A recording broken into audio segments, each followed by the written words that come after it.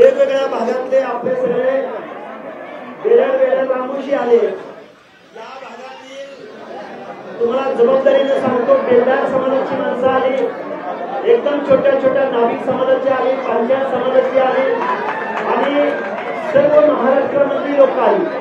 आणि मला तुम्हाला सांगायचं एकच आहे की या माणसांच्या मनामध्ये एक विश्वासाची भावना निर्माण झाली। काही तरुण अनुभव, काही तरुण रात्रभर प्रवास करून इथं गाडी लावून मला भेटून, मी सरकारी नोकरीत आहे पण मी तुम्हाला रात्रीच भेटायला आलोय असं म्हणणाऱ्यांची संख्या साहेब शेकडोंच्या घरामध्ये होती। माझी तुम्हाला एकच शेवटची विनंती आहे की ओबीसीचं आरक्षण जातंय, गेलंय का राहिलंय?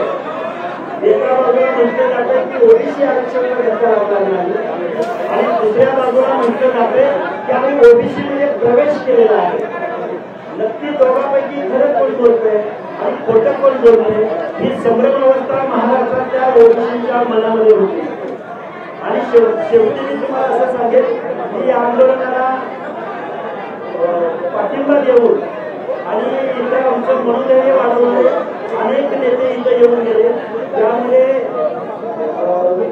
बहुजन कल्याण मंत्री सावे साहेब असतील, डोंगरे साहेब असतील, आमचे गिरीजी महाराज साहेब असतील, विश्वनाथ चरण असतील, आमचे प्रकाशचंद्र शेळके साहेब असतील, आमचे केपी मुंडे असतील, आमच्या पंकजाताई मुंडे असतील, आमचे धनुभाई मुंडे असतील, श्रद्धेय बाळासाहेब आंबेडकर असतील, त्याचबरोबर गोपनाथराव भाऊकर कांदेल साहेब होते, बरीच लोक म्हणजे आता काही नावं माझ्या विसरलेली असू शकतात।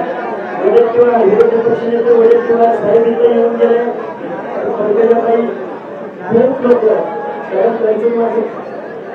त्यांचं माझं मी तुम्हाला शेवटी एकच शब्द सांगेल साहेब, हे सगळं पाहत असताना मी या बांधवांना एकच विनंती करेन की तुम्ही आणि सगळेजण लोक जर एकत्रित आलो, आपलं आज आरक्षण डावललं जातं की काय अशी भावना तुमच्या मनामध्ये आहे, तर मी तुम्हाला एकच सांगेन, तुम्ही आणि जर एक झालो तर फुले शाहू आंबेडकरांचं सामाजिक न्यायाचं धोरण आणि साहेब या शासनाला माझी विनंती आहे, महाराष्ट्र सरकारला तुम्ही 12 करोड जनतेचं दायित्व स्वीकारलेलं आहे।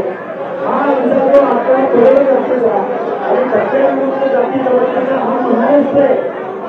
इथं लोक वाचत आले, इथं गोंधळांनी गोंधळ घातला, इथं हलग्या वाजत आल्या, इथं ढोल वाजले, बेटपाळांचे गेटे बांधलेली माणसं आली, लोक आमच्या पाया पडत होते, आम्हाला वाईट वाटत होतं की लोक पाया का पडतायत।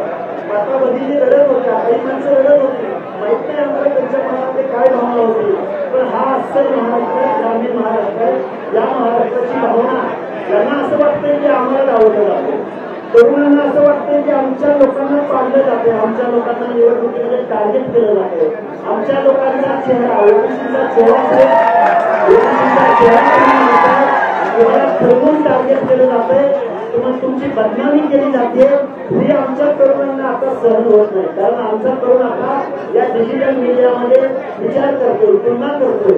एका आंदोलनाला अनुभव एक तर्फे घातलं जातं आणि दुसऱ्या आंदोलनाकडे मात्र 10 दिवस झाले तरी फिरकत जात नाही, ही आपण तुलना करतोय, क्रिटिसाइज करतोय, तो जज करतोय। त्यामुळे या तरुणांची भावना तुम्ही समजून घ्यावी।